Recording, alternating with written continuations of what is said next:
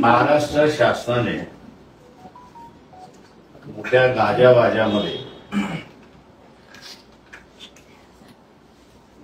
आम्ही मराठा समाजाला कुणबी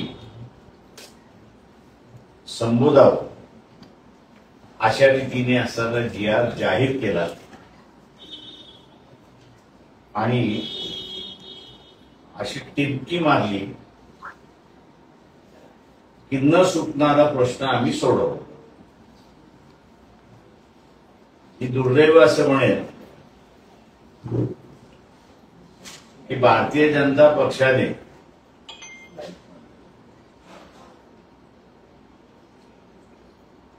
सर्वांनाच फसवलं. समिती होती, समितीलाही फसवलं होतं. ज्युडिशियल कमिटी होती, शिंदे होते, त्यांनाही फसवलेलं आहे. आणि त्याच्याच बरोबर मराठा समाज, जरांगे पाटील आणि कुणबी यांनाही फसवलंय अशी असणारी परिस्थिती.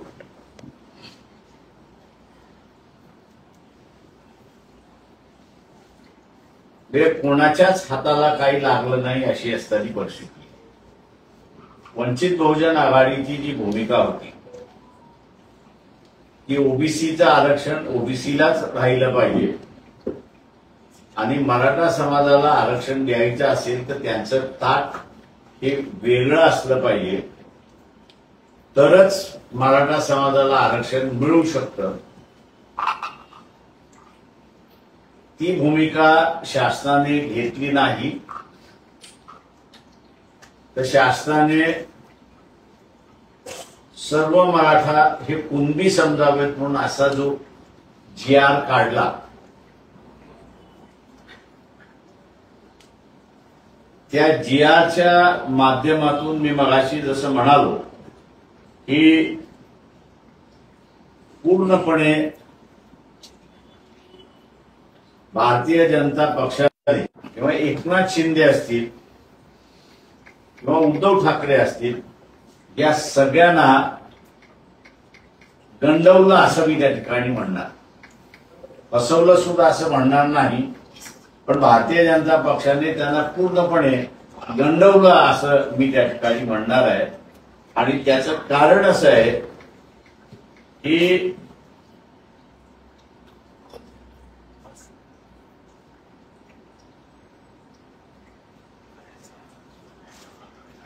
17/10/2023 writ petition number 4476 of 2002 Jagannath D होले विरुद्ध स्टेट ऑफ महाराष्ट्र हा निर्णय जो आहे तो हायकोर्टचे माजी न्यायाधीश मार्ला पार्ले आणि ए.एस. बग्गा या दोघांनी दिलेला आहे. या दोघांनीही या जजमेंटच्या पॅरा 13 मध्ये जे नमूद केलेलं आहे ते मी आपल्या समोर या ठिकाणी वाचून दाखवतो, कारण का ते महत्वाचं आहे अशी असणारी परिस्थिती आहे.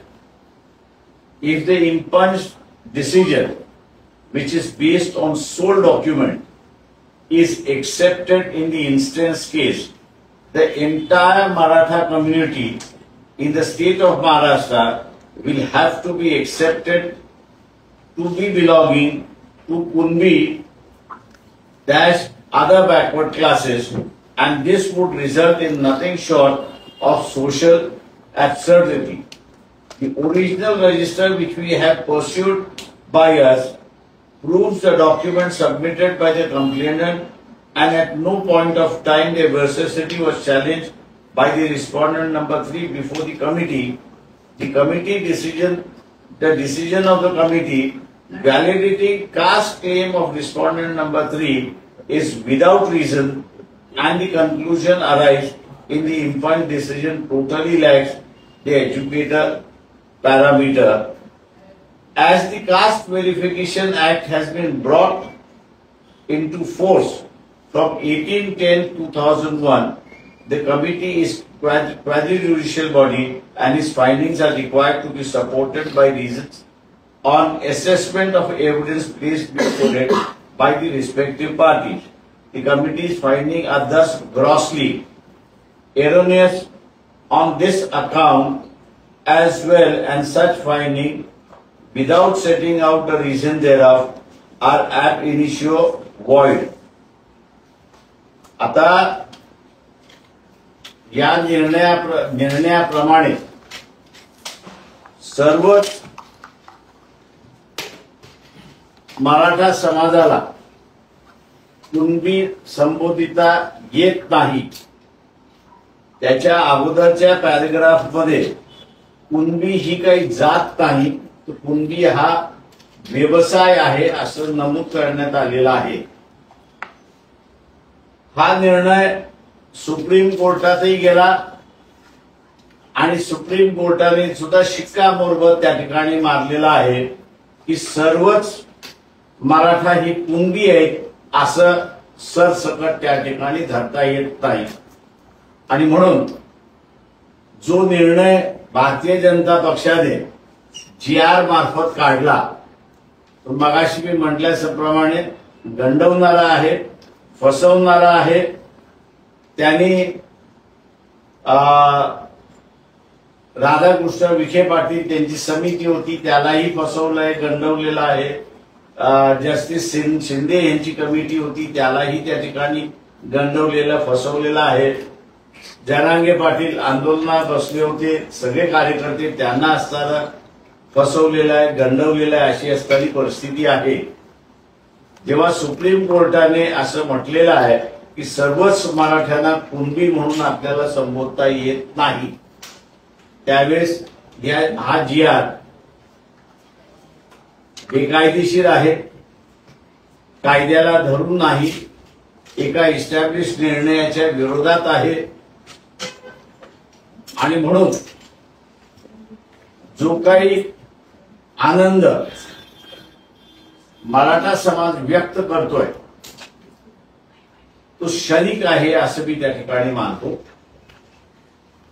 त्याचा हा निर्णय ज्या ज्या वेळेस कोर्ट केला जाईल त्या त्यावेळेस ज्युडिशरी ही या निर्णयाच्या बाजूने उभी राहील. आणि जिथे 2003 साली 2006 साली निर्णय आलेला आहे, तर ह्या 2006 सालच्या निर्णयाला सुप्रीम कोर्टामध्ये मी जसं म्हटलं चॅलेंज केलं होतं, ते आता चॅलेंज करण्याची जागा सुद्धा राहिलेली नाही. फार तर रिव्ह्यू पिटिशन किंवा क्युरेटिव्ह पिटिशन हे 2 त्या ठिकाणी फक्त टाकता येतात अशी परिस्थिती आहे. तेव्हा भारतीय जनता पक्षाला माझा असणारा सवाल आहे की तुम्ही जाणीवपूर्वक या सगळ्या लोकांना गंडवलत का, फसवलत का, याचा खुलासा तुम्ही पहिल्यांदा त्या ठिकाणी केला पाहिजे. आणि दुसरा ओबीसींचा असणारा इश्यू आहे. हे जजमेंट जरी अस्तित्वात असलं तरी ओबीसींना स्वतःच्या अधिकारासाठी लढावं लागेल, मोर्चे काढावे लागतील, आंदोलनं करावी लागतील, बैठका घ्याव्या लागतील. आणि ओबीसीचे जे मंत्री आहेत त्यांनी कॅबिनेटमध्ये कशा रीतीने प्रेशर घालायचं, प्रेशर ठेवायचं याचाही ओबीसी मंत्र्यांना विचार करणं गरजेचं आहे असं मी त्या ठिकाणी मानतो. आपण आता फक्त विचार करावा की राजीनामा द्यावा भुजबळांनी असं वाटतं तुम्हाला? नाराजी व्यक्त करून कॅबिनेट सोडून गेलेले आहेत. आता तो त्यांनी ठरवायचा आहे की राजीनामा द्यायचा की न द्यायचा हा त्यांनी ठरवला पाहिजे. आता तुम्ही जे क्लॉजेस सांगितले की त्या अंतर्गत म्हणजे आरक्षण देता येणार नाही, परंतु मनोज जरांगे पाटील हेच म्हणत आहेत की आम्ही स्टेजवरती शब्द घेतलाय राधाकृष्ण, त्याला तुम्ही ओव्हरकम कसं करणार हे जजमेंट आम्हाला माहित होतं. आणि म्हणून वंचित बहुजन आघाडीने जी भूमिका घेतली होती की ओबीसीचं आरक्षण ओबीसीना राहू द्या, मराठा समाजाला आरक्षण द्यायचं असेल तर त्याला वेगळं आरक्षण तुम्हाला द्यावं लागेल, आणि ते जर वेगळं आरक्षण दिलं असतं तर त्याचं पॅरामीटर सरकार कोर्टाने पाहून त्यांचं कन्फर्म केलं असतं असं मला वाटतं. पण ज्या पद्धतीनं मनोज जरांगे पाटलांनी 2 मुद्दे काढले, म्हणजे एक हैदराबाद गॅझेट आणि आता सातारा गॅझेट, या गॅझेटचा बाबतीत किती परिणाम होऊ शकतो किंवा तो तरी मराठा समाजाला दिलासादायक आहे? अजिबात नाही. याचं कारण की हे दोन्हीही गॅझेट जे आहेत ते 20 सालचे गॅझेट्स आहेत, परंतु 1930 साली सेकंड राऊंड टेबल कॉन्फरन्स झाल्यानंतर गव्हर्नमेंट ऑफ इंडिया ऍक्ट हा पब्लिश झाला, आणि government of India act public झाल्यानंतर त्याच्यामध्ये एससी आणि एसटी यांच्या असणाऱ्या 2 वेगवेगळ्या शेड्यूल्स राज्यभर हे पब्लिश करण्यात आले की कोण एससी आहे कोण ट्रायबल आहे. तशा रीतीने इतर मागासवर्गीय कोण याचा GR त्यावेळेस निघाला नाही. त्याच्यामुळे 1930च्या अगोदरची जी आहे त्याला तसा फारसा कायद्याचा आधार नाही असं मी त्या ठिकाणी मानतो. पण मुळात जरांगे पाटील यांच्या ज्या मूळ मागण्या की सगळ्या मराठ्यांना कुणबी करा आणि बाकीच्या ज्या आहेत सरसकट मराठ्यांना कुणबीमध्ये टाक, मुळात याच संविधानाला धरून आहेत का? या मागण्या पूर्ण करण्यासारख्या आहे का की केवळ राजकीय दबाव तयार करण्यासाठी हे आंदोलन केलं जातं? मी सर आता आपल्या समोर माजी न्यायाधीश हायकोर्टाचे मारला पार्ले आणि बगाजी यांचं जजमेंट मी असताना आपल्या समोर वाचून दाखवलं. पॅरेग्राफ 13 मध्ये त्यांनी असं म्हटलेलं आहे की 13 मध्ये असं म्हटलेलं आहे की सगळ्या मराठ्यांना कुणबी म्हणून संबोधिता येणार नाही आणि तसं करणं चुकीचं आहे असं त्यांनी नमूद केलेलं आहे. त्याच्यामुळे एकदा कोर्टाने निर्णय दिला तर तो फायनल आहे त्या ठिकाणी. त्याच्यामुळे आता कितीही पब्लिकली आपण म्हणायला लागलो की सर्वच मराठा कुणबी आहे, कायद्याने त्याला काहीच अधिकार नाही अशी असणारी परिस्थिती आहे. पण मुख्यमंत्री आणि दोन्ही उपमुख्यमंत्री म्हणतायत आम्ही कायद्याच्या चौकटीत बसणारच आरक्षण देतोय, तसाच निर्णय घेतलाय, कायद्याचंच नाव पुढे केलं जात आहे सरकारकडून. मी आपल्याला आता असताना जे जजमेंट आहे ते वाचून दाखवलेलं आहे. हे जे मुंबई हायकोर्टाचं जजमेंट जे आहे ते सुप्रीम कोर्टाने कन्फर्म करून दिलेलं आहे. त्याच्यामुळे आता सुप्रीम कोर्टापुढे असणारं मी जसं म्हणालो की रिव्ह्यू पेटिशन नव्हतं किंवा क्युरेटिव्ह पेटिशन सुद्धा नव्हतं. त्याच्यामुळे हा निर्णय फायनल झालेला आहे. त्याच्यामुळे म्हणून मी म्हटलं की भारतीय जनता पक्ष गंडवतोय आणि फसवतोय हे त्यांनी थांबवावं अशी असणारी परिस्थिती नाही. याच्यामध्ये पण मग नाही, तुम्ही फक्त भाजपचं नाव घेताय, प्रयत्न केला तर सरकार, तुम्ही फक्त भाजपचं नाव घेताय. सरकार महायुतीचं सरकार आहे, मग त्यातले जे 2 मराठा उपमुख्यमंत्री आहेत त्यांचा समावेश तुम्ही यात का करत नाही? मी याचं करत नाही का त्यांना गंडवलेलं आणि फसवलेलं. पण मग त्यांनाही कळत नाही, त्यांना कळालेलंच नाही. काल सुनील तटकरे म्हणाले माध्यमांशी बोलताना की आम्हाला GRचा अभ्यास करावा लागेल. याचा अर्थ अजित पवार यांच्या राष्ट्रवादीला विश्वासात घेतलं नाही असं म्हणायचं ते मला माहित पण नाही. जो जजमेंट दिलेलं आहे कोर्टाचं जजमेंट आहे. जसं तुम्ही ऍडव्होकेट आहात, मनोज जरांगेंसोबत देखील एक ऍडव्होकेट पूर्ण ऍडव्होकेटची टीम असते, त्यांची ही गोष्ट लक्षात आली नसेल किंवा त्यांनी मी जजमेंट वाचून दाखवलं, कुठच्या सालचं आहे तेही वाचून दाखवलं, पार्टीज कोण आहे तेही वाचून दाखवलं, 2006 EIR मध्ये कोर्ट झालेला आहे तेही मी असं त्या ठिकाणी आपल्याला वाचून दाखवलेला आहे. त्याच्यामुळे आता हा एका अर्थाने प्रश्न सर्व मराठा कुणबी आहे असा जो इश्यू होता त्याला कोर्टाने फुलस्टॉप केलेला आहे. त्याच्या पुढे जाता येत नाही तुम्हाला. त्याच्यामुळे आम्ही जो म्हणून मगाशी मी म्हणालो की वंचित बहुजन आघाडीने जो तोडगा मांडला होता ओबीसीच्या आरक्षणामधनं मराठ्याला देण्याच्या ऐवजी मराठा समाजाचं वेगळं ताट करून त्याला असणारं आरक्षण द्या तर ते टिकणार राहील अशी असणारी परिस्थिती. म्हणजे जरांगे पाटलांशी बोलला सुद्धा होतात, म्हणजे ज्यावेळेला लोकसभा निवडणुकीचं सगळं वारं वाहत होतं त्यावेळेला तुमचा संवाद सुद्धा झाला होता. त्यावेळीची तुमची ही भूमिका तुम्ही त्यांना यावेळीची भूमिका ती आजही बरोबर ती तुम्ही त्यांना व्यवस्थित समजावून सांगितली होती. तरी सुद्धा त्यांची मागणी आहे की मराठ्यांना ओबीसी मधूनच आणि कुणबी म्हणूनच आरक्षण दिलं गेलं पाहिजे. मग ही मागणी ही समाजाला भरकटणारी की वाटत नाही का आपल्याला? मी एवढंच म्हणेन त्याच्यामध्ये की भारतीय जनता पक्षाने एका दगडामध्ये अनेक पक्षी मारण्याचा खेळ त्या ठिकाणी केलेला आहे आणि जसा वेळ जाईल तसतसं आपल्याला लक्षात येईल की या निर्णयामुळे मोहळ उठून काही जणांना जे आरक्षण मिळत होतं कदाचित त्यांना आरक्षण मिळणार नाही अशी परिस्थिती आहे. म्हणजे सर हा जो मोहळ तुम्ही बोलताय येणाऱ्या स्थानिक स्वराज्य संस्था निवडणुकीला समोर ठेवून हे सगळं करण्यात आलं असतं तुम्हाला, कारण त्या पद्धतीने ते दाखले तयार केले जातील आणि पुन्हा ओबीसी मधून आपण उमेदवार होऊ अशा प्रकारे तयार करणारी एक फळी तयार केली जाणार आहे. आता सर्टिफिकेट मिळालं तर मी ओबीसी मधून उभं राहणारच, ती कॉन्टेस्ट होणारच त्या सगळ्या याच्यामध्ये. आता या मार्लाबार्लेच्या निर्णयाप्रमाणे स्क्रुटिनी कमिटीला जे आहे ते ज्यांच्या रेकॉर्डमध्ये मराठा आहे त्यांना कुणबी सर्टिफिकेट तुम्हाला देता येणारच नाहीये या निर्णयाप्रमाणे. त्याच्यामुळे नुसतं सर्टिफिकेट कॅन्सल होईल एवढं नाही, तर ज्यांनी व्हॅलिडिटी दिलेली आहे त्यांनी कोर्टाच्या निर्णयाला लावून व्हॅलिडिटी दिलेली आहे म्हणून त्याच्या विरोधात सुद्धा कारवाई होऊ शकते. सर जे शिंदे समिती होती ज्यांनी सगळ्या नोंदी शोधून काढल्यात आणि हा जो GR निघाला त्याच्यामध्ये पण कुणबी मराठा आणि मराठा कुणबी ह्या असे याच्यामध्ये जर वंशावळ सापडली तर त्यांना ते दाखले ओबीसीचे दाखले देण्यात यावे असं स्पष्ट लिहिले. जर ते दाखले देण्यात आले तर ते कोर्टाच्या तांत्रिक बाजूने ते व्यवस्थित असतील किंवा ते टिकतील का? मी तुम्हाला असं जे वाचून दाखवलेलं आहे ते जजमेंट असं म्हणतं की सर्व मराठ्यांना कुणबी म्हणून संबोधता येत नाही.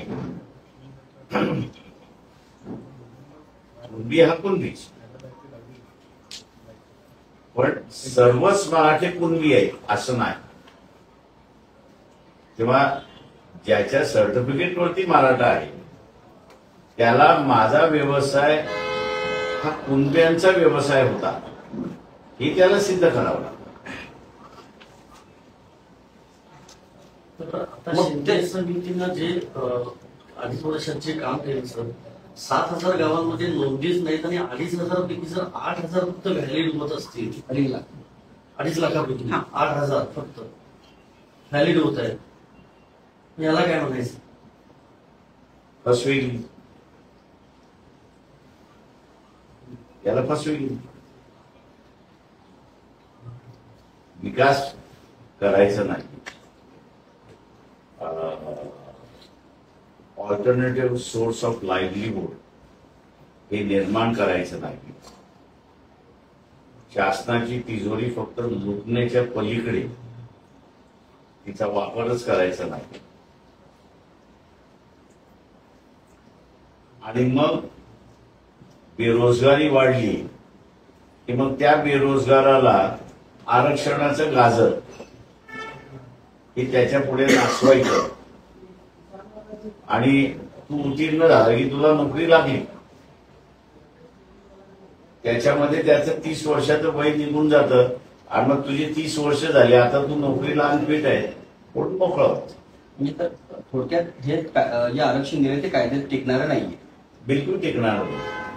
एक प्रश्न असा आहे की आंदोलन ज्या वेळेला सुरू होतं तर पहिले 4 दिवस ना सरकारचा कुठल्याही पद्धतीचा प्रतिनिधी आला नाही आणि कोर्टाच्या रेट्या तयार करून किंवा कोर्टाच्या आडून शासनानं या आंदोलनावर दबाव वाढवला होता.